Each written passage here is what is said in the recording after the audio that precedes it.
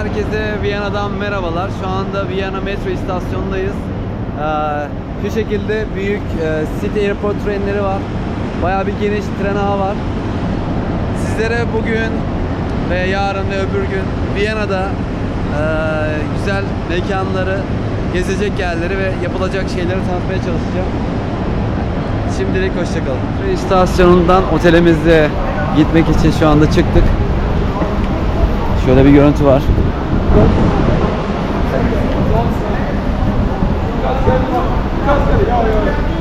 Sıcak ama. Evet, bayağı sıcak. Serinlemek için orada güzel bir şey var. İçine girelim mi? He?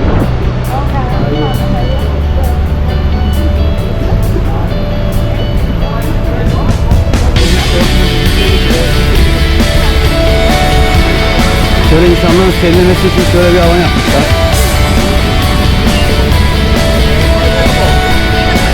Viyana hakkında kısa bilgiler vermek gerekirse, Avusturya'nın başkenti ve en büyük şehirlerinden biri. Tarihi Orta Çağ'a kadar dayanıyor. Avusturya Macaristan İmparatorluğu'nun merkezi olmuş bir kent. Şehirde birçok tarihi ve kültürel değere sahip binalar bulunuyor. Belvedere Sarayı, barok tarzda inşa edilen, içinde sanat eserleri barındıran etkileyici bir yapı mesela. İşte Schönbrunn Sarayı, Rokoko tarzında yapılmış ve muhteşem bahçeleriyle ünlü bir saray. Bunu da gezmeye çalışacağız. Stefan Katedrali ise gotik tarzda inşa edilmiş ve şehrin simgelerinden biri. Tabii ki bunu mutlaka gezeceğiz. Viyana ayrıca birçok ünlü bilim adamına ev sahipliği yapmış bir kent. Sigmund Freud modern psikanaliz teorisinin kurucusu olarak biliniyor ve burada önemli çalışmalar yapmış.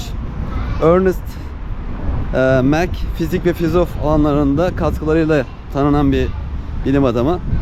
Ludwig Boltzmann termodinamik ve istatistik mekaniği alanında önemli bir fizikçi. Yine Viyana'da çalışmış. Müzisyenler açısından özellikle zengin bir geçmişe sahip olan Viyana, klasik müziğin önemli merkezlerinden biri olarak kabul ediliyor.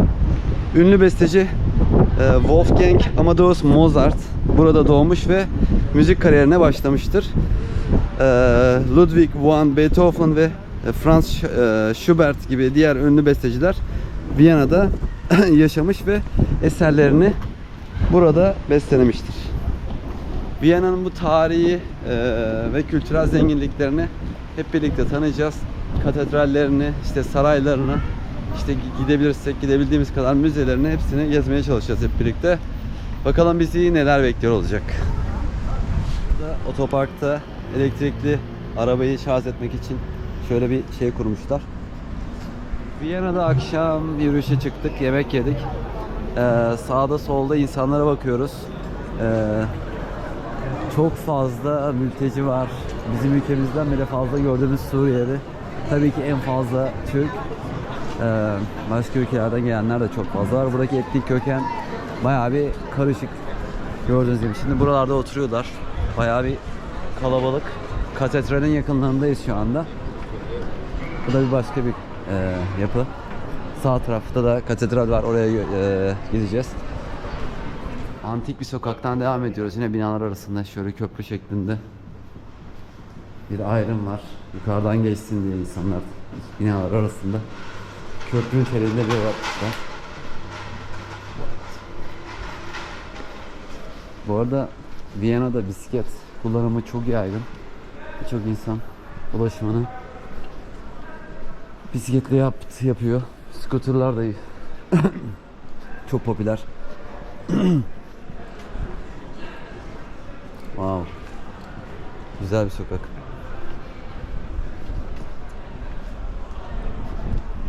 Viyana hakkında söylemek istediğim bazı şey var mı? Viyana bana çok temiz geldi. Diğer Avrupa ülkelerine, şehirlerine göre. Bunun haricinde ya bizim bulunduğumuz lokasyonlar ya da bilmediğimiz için çok sakin geldi. Yani çok aşırı bir kalabalık yok. Belki hafta içi olduğu için de etkili olabilir ama izlemeye devam edeceğiz. Bizi takip etmeye devam edin. Videonun sonlarında daha eğlenceli şeyler göreceksiniz. Hoşçakalın. Şu anda gotik şekilde inşa edilen katedrale geldik. Bu katedral hakkında bazı verilerde bulunacağız. Bak şuradaki hayvan motifleri var ya dışarıya doğru gelen. Oradan su akıyor bu arada. Aynısı Notre Dame'da da var Fransa'da. Bakıyorsunuz. Bayağı yüksek.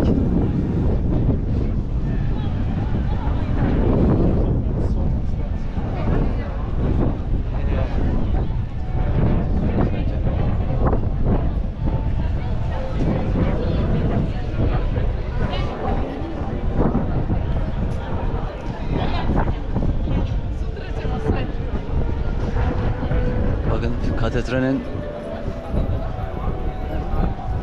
sütunları üzerinde ve aynı zamanda duvarlarında bazı işlemeler var. Onlara da böyle biraz yakından bakalım.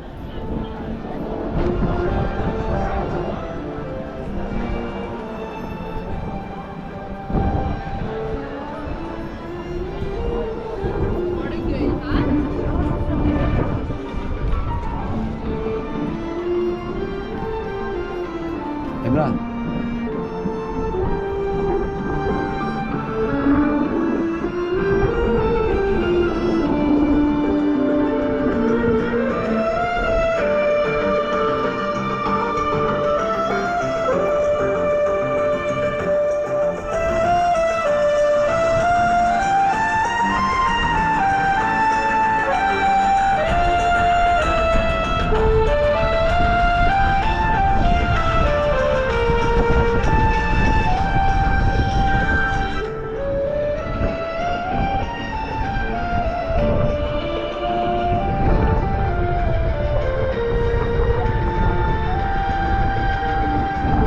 Mükemmel bir katedral.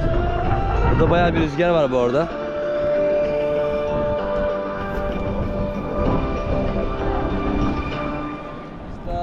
Merhabalar. Şu anda Viyana'dayız. Viyana'daki bazı yapıları sizlere tanıtmak için bazı mimari tarzları, akımları bilmek gerekiyor. Bunlar barok olacak. Rokoko ve gotik tarzdan bahsedeceğim. Barok tarzı 17. yüzyılın sonlarından 18.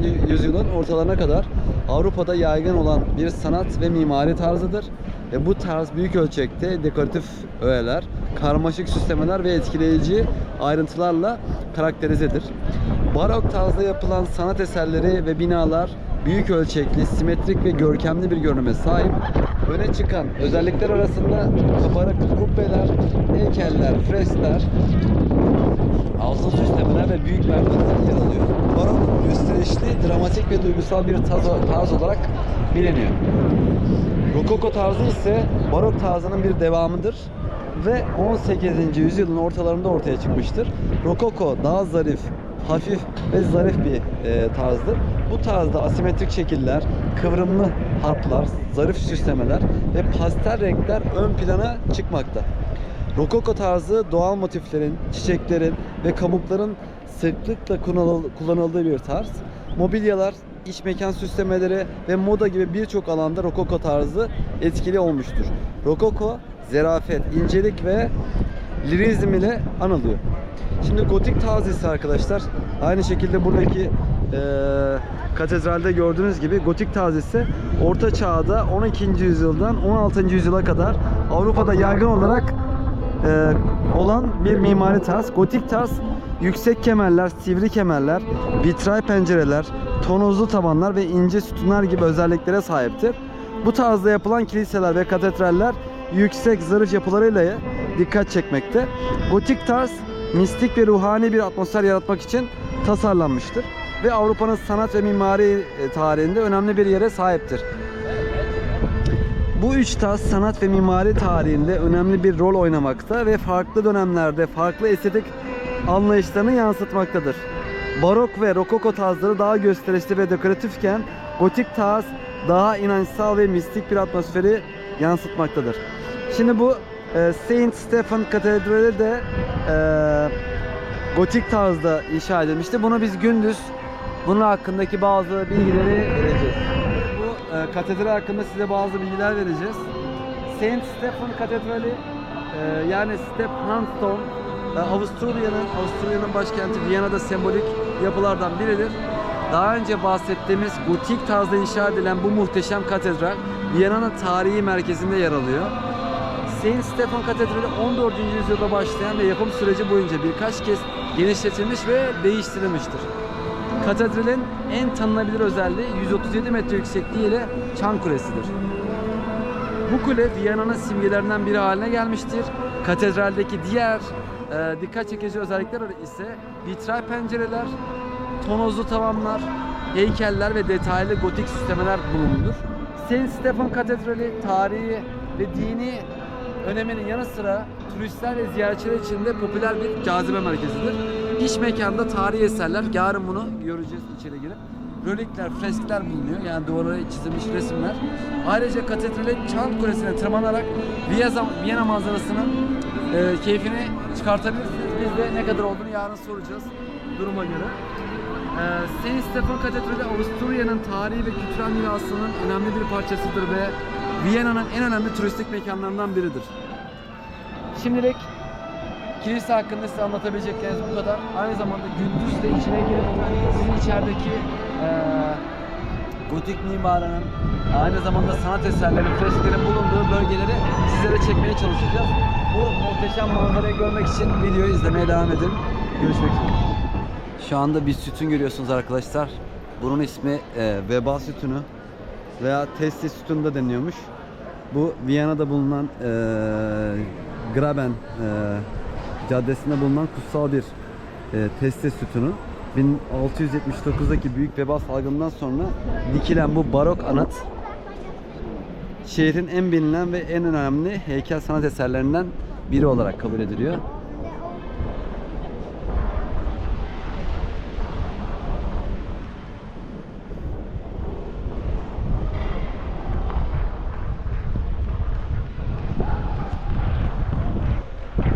Bir emlakçı bulduk. Kiralık, aylık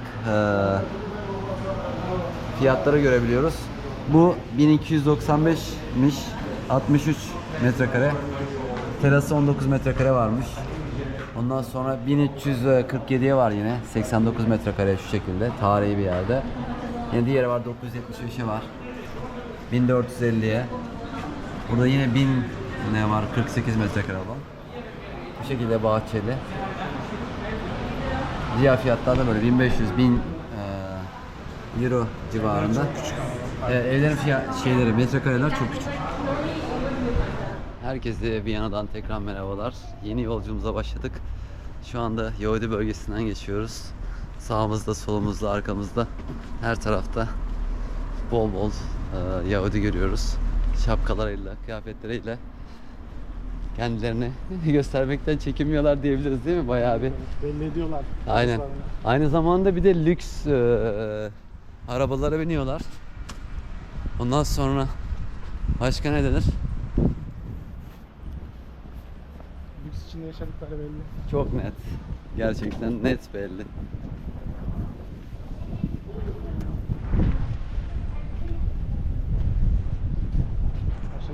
Şimdi Viyana'nın sıradan sokaklarında ilerliyoruz. Şu anda Yahudi bölgesindeyiz. Etrafta bolca Yahudi var. Genel olaraktan da lüks yaşam tercih ediyorlar diyebiliriz. Hani bindikleri arabalara baktığın zaman veya işte kıyafetlerine falan baktığın zaman direkt hissedilebiliyor. Biraz önce yanımızdan geçti bir tanesi. Kıyafetler böyle. Tarzı da çok farklı. Tarzları farklı, direkt belli ediyorlar kendilerini.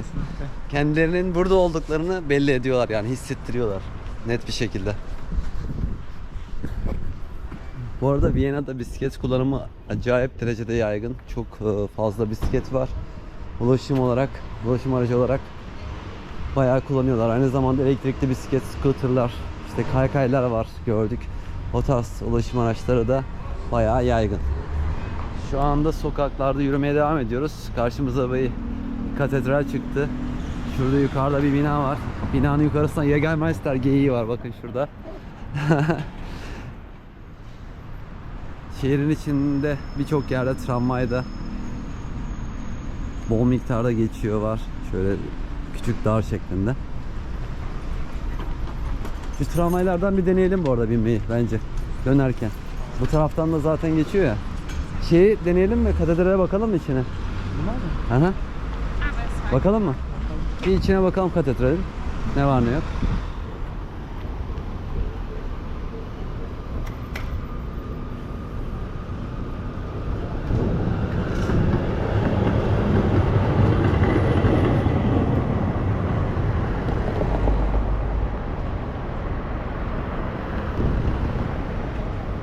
Aynı zamanda her sokak başında kebap storeları var.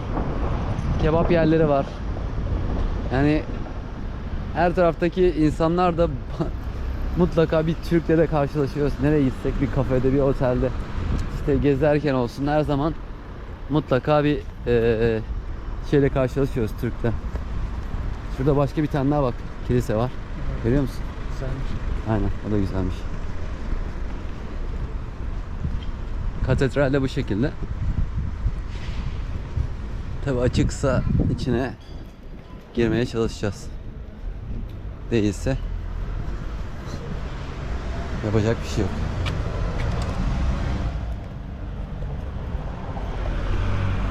Kapalı. Elektrikli bisikletler var. Kiralamak isterseniz. Şu sokak da tam bir Alman ekolünü yansıtıyor yalnız. Farkında mısın? Şuraya bakar mısın? Dur bir fotoğraf çekelim. Katedralden döndük. Nehrin karşısına geçeceğiz. Old Town taraflarına. Bu tarafta da bolca eski binalar, farklı yerler var ama ana yerler nehrin bir arka tarafında. Evet, burada bir tane Ferrari. Evet. İşlemeleri filan. Kilisenin güzel. Bu arada bunların 3 tarzda kilisesi vardı. Biri Protestan, biri Katolik. Bir tane daha vardı. Ortodoks. Bir de Ortodoks.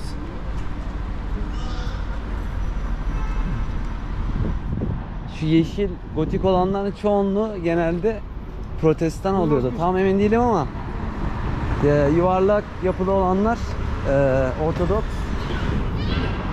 Diğerleri Katolik. Şu binanın güzelliğine bakar mısın yalnız? Gerçekten çok iyiymiş.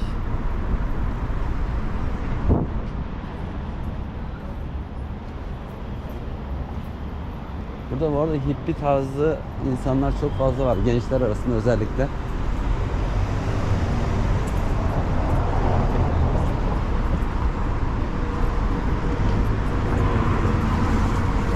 stabiele zal dan weer voorbij gegaan. Maar een stabiele.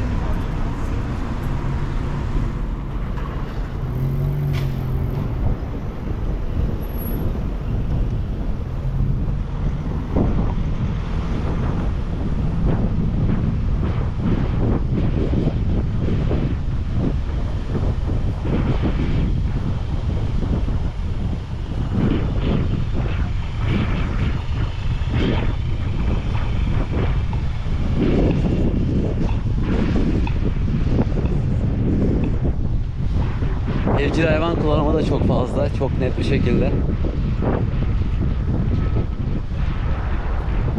Sokağı tekrardan gösterelim.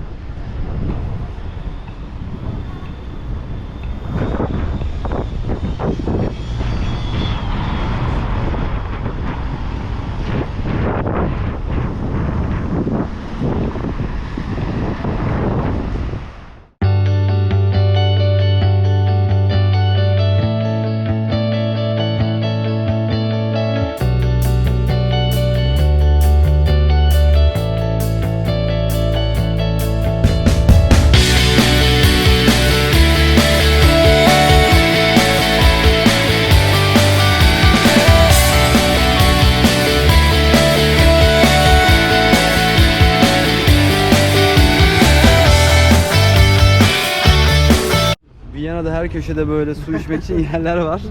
Viyana'da söyleyebileceğimiz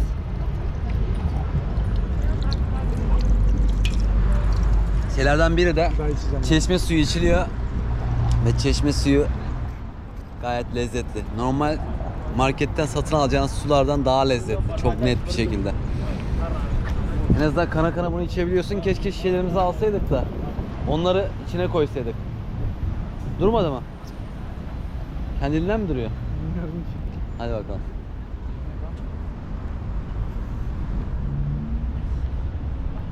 Evet. Viyana'nın sokaklarında söyleyebileceğim en önemli şeylerden biri, çok fazla kızartma kokusu var.